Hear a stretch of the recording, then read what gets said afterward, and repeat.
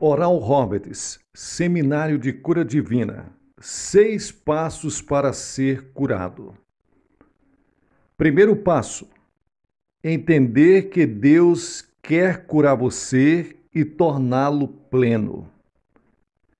Quase todas as pessoas reconhecem o fato de que Deus tem poder para curar. Contudo, a aceitação mental não é o bastante, pois, na verdade, devemos ter uma fé pessoal e operante no Senhor para nossa cura. Veja, se o Altíssimo curou uma pessoa, ele tem poder de curar 2. Se curou 2, também tem poder para curar 4 pessoas. Se restaurou 4, também restabelecerá 8, e todas aquelas que crerem nele.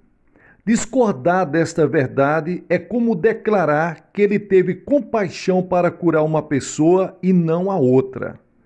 Se essa predileção fosse realidade, ele não seria Deus, mas homem, pois o Criador não faz acepção de pessoas. Eu amo o Senhor porque ele me amou primeiro. Está escrito em 1 João, capítulo 4, versículo 19.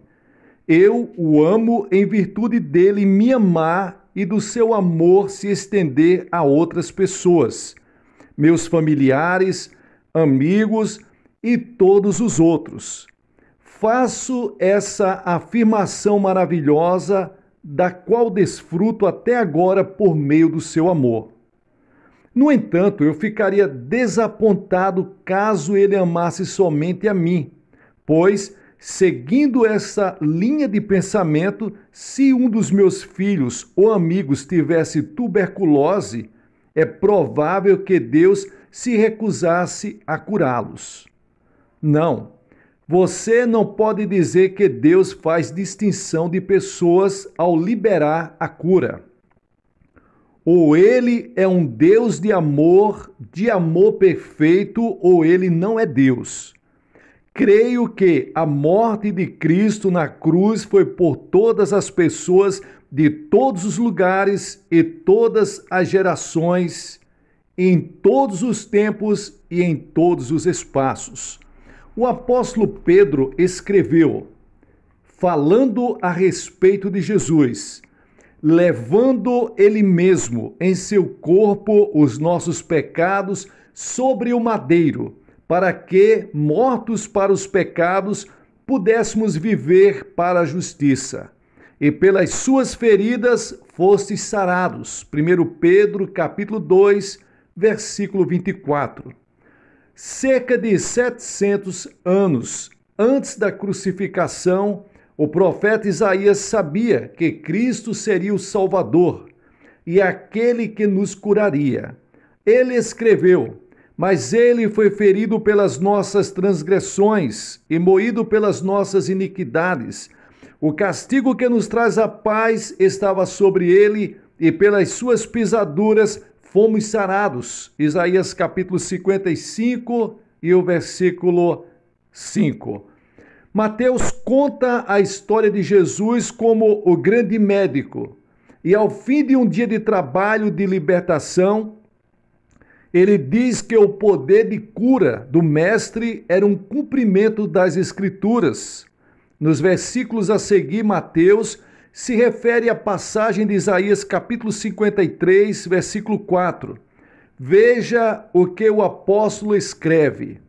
E chegada a tarde, trouxeram-lhes muitos endemonilhados, e ele, com a sua palavra, expulsou deles os espíritos e os curou todos os que estavam enfermos, para que se cumprisse o que fora dito pelo profeta Isaías, que diz: ele tomou sobre si as nossas enfermidades e levou as nossas doenças.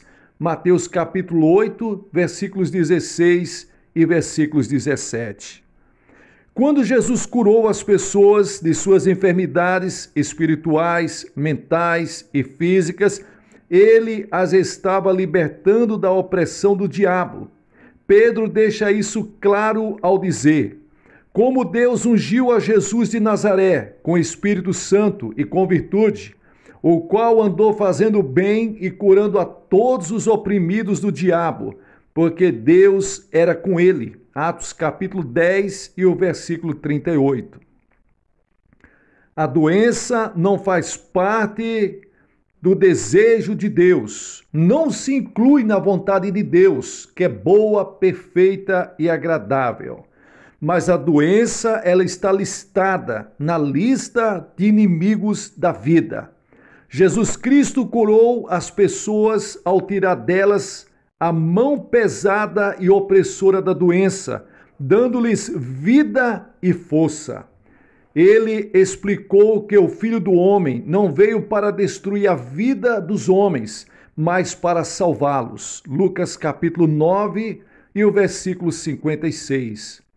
Para nós que recebemos a cura, esse versículo nos inspira a compartilhar tudo o que sabemos com aqueles que precisam saber a respeito disso.